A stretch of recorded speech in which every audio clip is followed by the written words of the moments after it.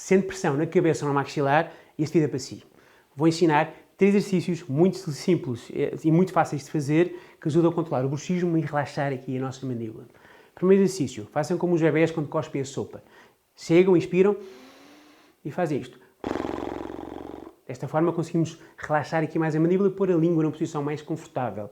Façam o exercício de uma forma viral, várias vezes por dia.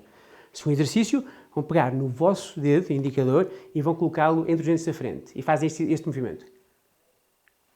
Para um lado e para o outro, sem nunca exagerar na dor e sem nunca ser desconfortável. Este exercício eu gostava que o fizessem 10 vezes para cada lado, 5 vezes por dia. Último exercício.